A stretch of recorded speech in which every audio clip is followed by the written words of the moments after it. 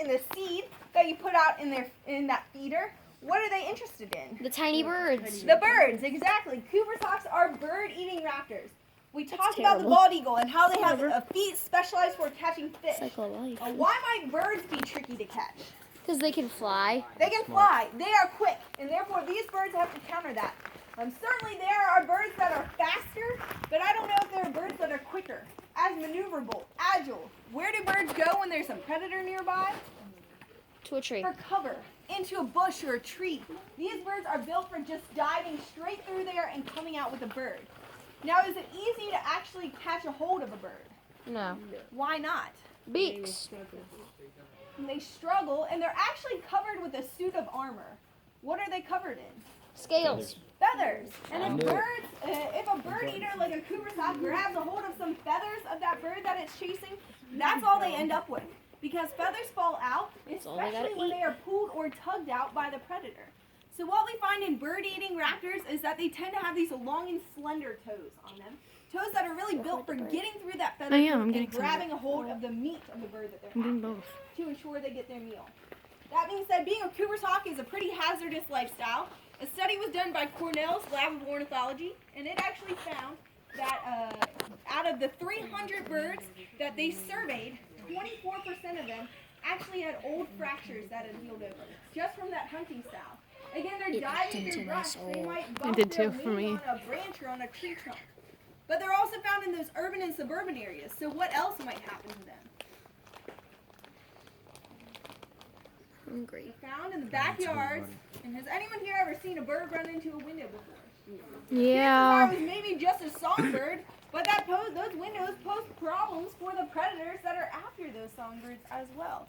There is a simple thing that we can do to help birds. First of all, there's a change to eliminate window collisions and strikes by birds. It's actually the second leading cause of death of songbirds, running into windows.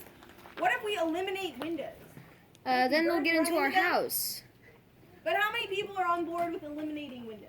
No. It's not really a good alternative, right? Tinted windows? So there are things that we can do. We can tint the windows maybe. We can hang something in them as well. If you see a bird run into a window, remember what birds can do for you and try to help them.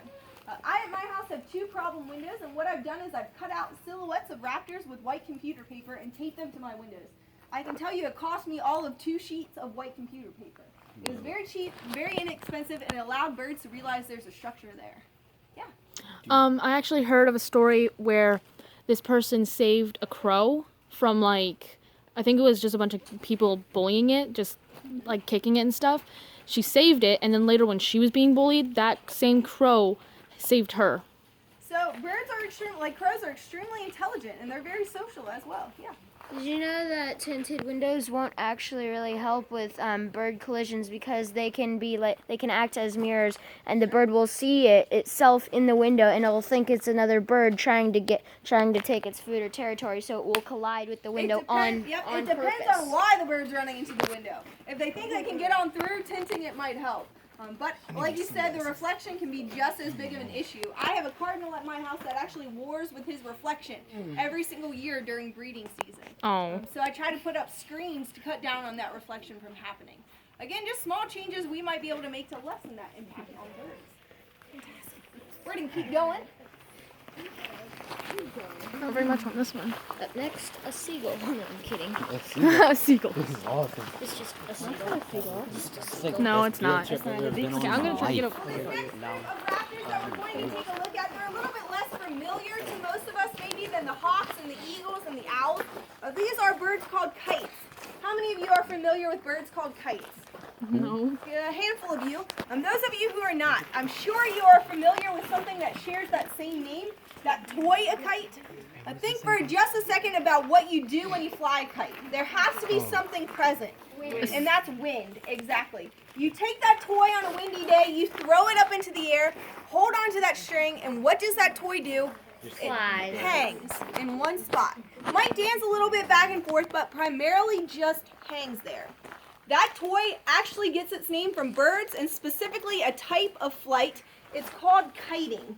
It's where these birds are outstretching their wings, angling their tail slightly down, and using the oncoming wind to their advantage to just hang in one spot. It's a passive flight, so they're not utilizing any energy to do that, but again, just using that wind. If we take a look at the kites, you'll notice they tend to have a giant wingspan on them, broad from front to back, good for catching that air. A long tail as well, helping them to angle that down and again just hang there. And that's how the kites get their name as well, from that kiting flight that they're great at displaying. Here in South Carolina, we have 2 different species of kites. Here is one of them. This is actually the swallow-tailed kite. It's, believe it or not, an endangered species right here in the state of South Carolina. It's a bird that's seen one of the greatest range reductions of any species. Swallow-tailed kites used to be found nesting in 22 states here in the United States. Now they are only seen nesting in 7. Out of those 7, primarily Florida, Georgia, and South Carolina, and I just said they're endangered here. So they're not doing well.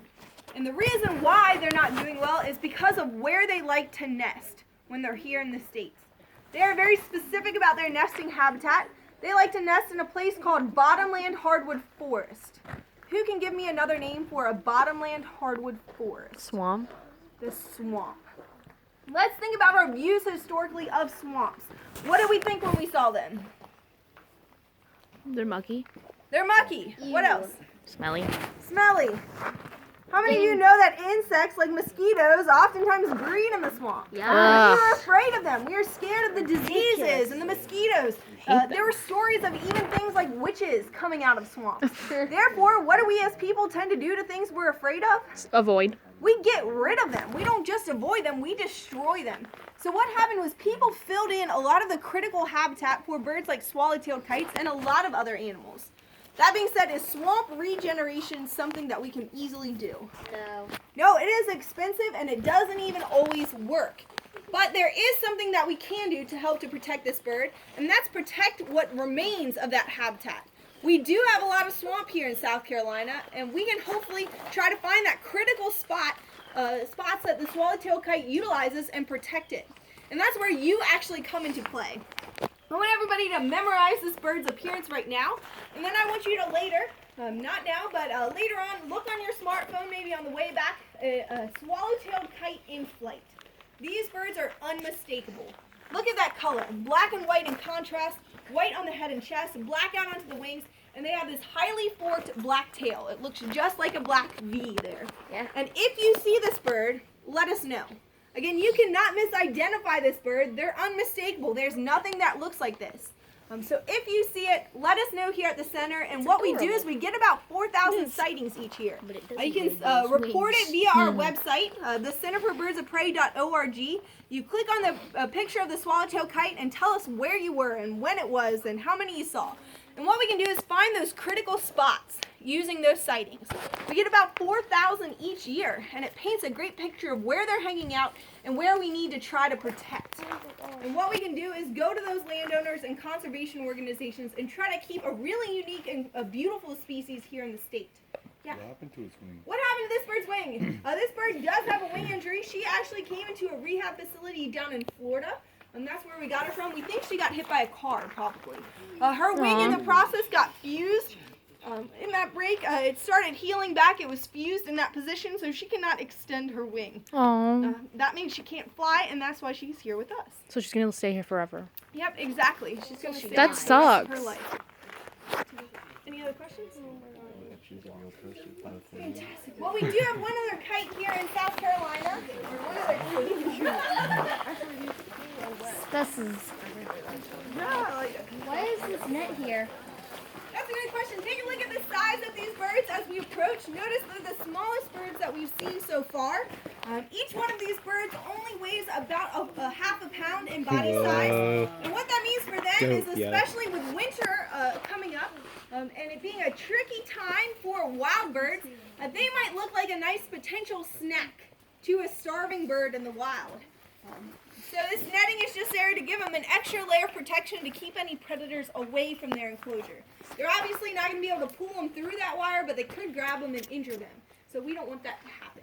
Okay. This right here is our other species.